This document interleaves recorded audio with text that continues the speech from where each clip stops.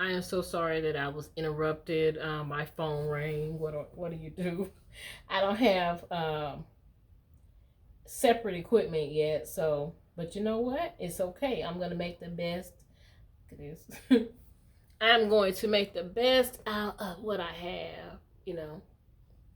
Um, but I was saying when I'm doing essays and stuff like that, for school or for something that is business, I'll say that because I'm no longer in school. I like to surround myself in a more um, structured environment. Meaning, if I have to do something like I've had to write a couple of articles, like I said, when I was in school, writing essays or research papers, I would come to my well, when I was in school, I had a desk in my little sitting area. Um, that sitting area, that desk is now in my indigo room, the room where we make our t-shirts and make other stuff that we create. Um, well, anyway, so I would go to my desk and I would not bring um, music or anything. I would just have my books that I need. I would create as much of a structured environment as possible, making it feel more like as if I was sitting in a library, or something like that. That's one of the places I love to write. Um, anyway, going to the library is like to me so romantic. Not romantic in a sense like man woman, um, but romantic in the sense that you're surrounded by so much literature, people who have written the very pages that are surrounding you. Yeah, I'm. I know that's corny, but it's true for me.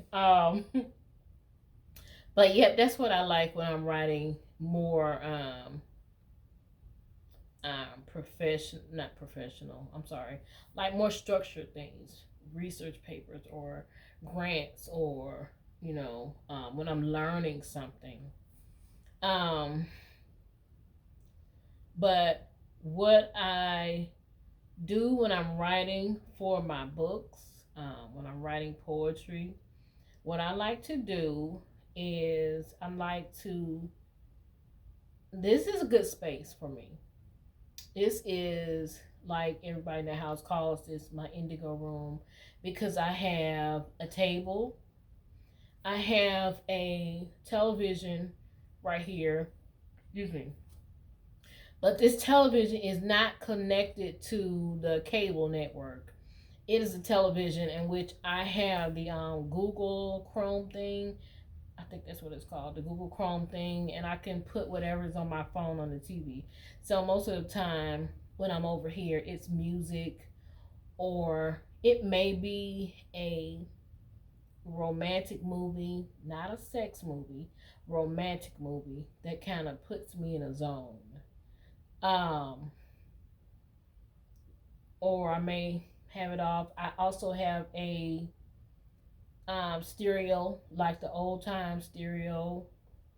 When I may play a record, an album. I have a collection of albums as well. Um, and I have a lamp in this corner over here.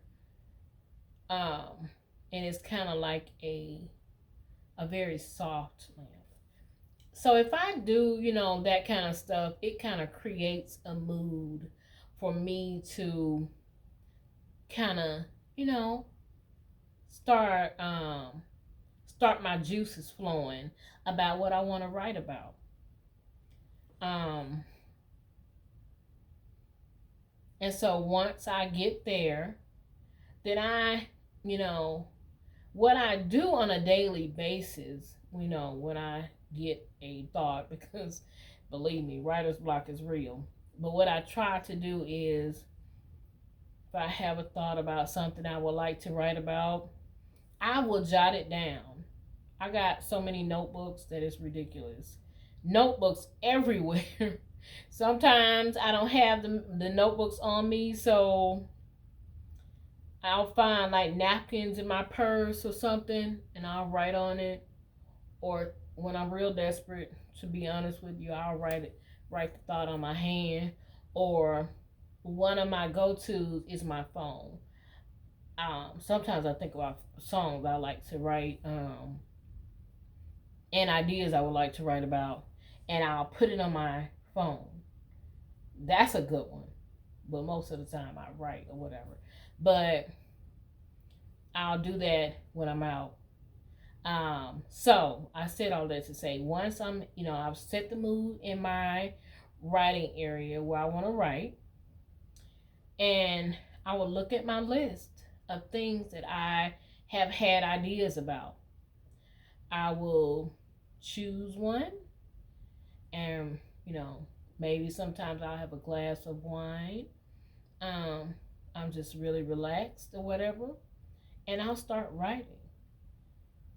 Most of the time, 9 out of 10 times, once I put pen to paper, and I'm not taking this for granted, but most of the time when I put pen to paper, it just flows. It just flows. And like I said, I don't take it for granted. I thank God for that gift. Um, and then once I'm writing. Some things might come up in my mind that I want to write about in that particular piece, and it may cause me that I need to cause me. It may call for having to research something right quick to make sure. That's another thing. When you're writing, you want to make sure that the flow of your writing is accurate. Meaning, when you're writing, if you're writing about the 70s, you don't want to keep bringing up cell phones because nobody had no cell phones in the 70s. Or if you're writing about, a subject, you just want to keep it consistent. Keep it like what was true to life. That's why I like to write about things that I know. But at the same time, sometimes you have to think outside of the box. My phone is like, and so that'll call for a little research. The book I am currently working on is about Atlanta and another state. So I'm doing a little research on it just to kind of, keep it like I know what I'm talking about. Like I'm a person who knows about this area. Because, you want it to be natural. You want people who are natives to this other place to be able to relate. So, yeah, but you want to match up your facts before just writing stuff down. Even though if you're writing fiction, you can make up your own rules, true, but you also want your audience to be able to say, okay, yeah, I know that area, or that's true. So that's another thing. Another thing is, when you're writing, stay in your story. Do not keep backspacing because you made a mistake, because as long as you get the idea and you can go back and look at your mistakes later, because when you backtrack, you're taking away from your flow. So not backtrack, when you backspace and make corrections, you're interrupting your flow. So I advise people, don't go back, keep going. Just keep, because it's your writing, so you'll know what it means. Just keep going. We got Grammarly, what do you call it? Dang, spell check, spell check. It'll work. But I would advise people to not keep backspacing. Just let it be natural and raw, because that's when you're gonna get your best work out of that. Go back, edit it later, and then also, you're going to get it professionally edited too. And that's another thing. That's my last point I'm going to make today. Make sure when you're done with all of the, getting your copyright, getting your material together and stuff like that, you always want to get it professionally edited. People think the spell check is an editor. It's not. You need somebody who this is what they do. They, for a living, or maybe it's a hobby, but this is what they do. They comb through other people's stories, and they make sure it's correct in context and in grammar. Is that the right word? You know what I mean? Punctuation and stuff like that. So make sure to get everything you write, as far as when you're writing the book, when you're finished, your finished product, before it goes to Amazon or your publisher. And if you go to a publisher, they may have an editor assigned to you, so you may have to submit every week. I'm not sure, but make sure to get it edited before sending it to Amazon or your publisher. I know I said that was the last thing I was going to say, but I think what I'm going to do, I had one of my friends to edit and publish my book through Amazon last time. I think one of my new things that I will try to do this year is to try to learn that process. I can do the creative side all day long, but when it comes down to the techie side, you lose your girl. You lose me, because I don't know. I don't retain all information like that like I used to. I don't know. I can write for you all day. But so I am going to try my best to commit to learning more about it. Not that, I don't want my girl to do it, because she's so good. She's so good, and she's so helpful. Very patient, and she works with you. And like I said, she edited me and she uploaded me. So, but yeah, I just would like to, because I got a, lot more books I want to publish, and it would be good to be able to just, if like I have like little small ebooks that I would like to publish now.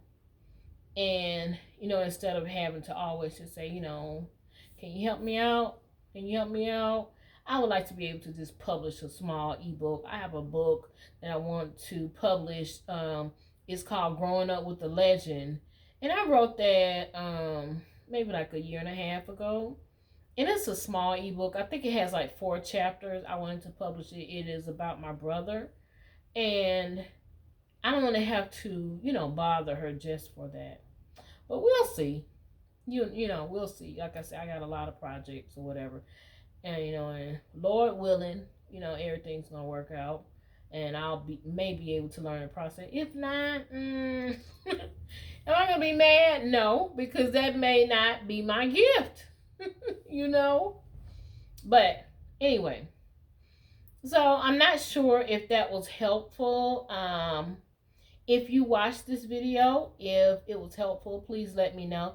If you have more questions, let me know in the comments. And I will perhaps do a more detailed video about writing.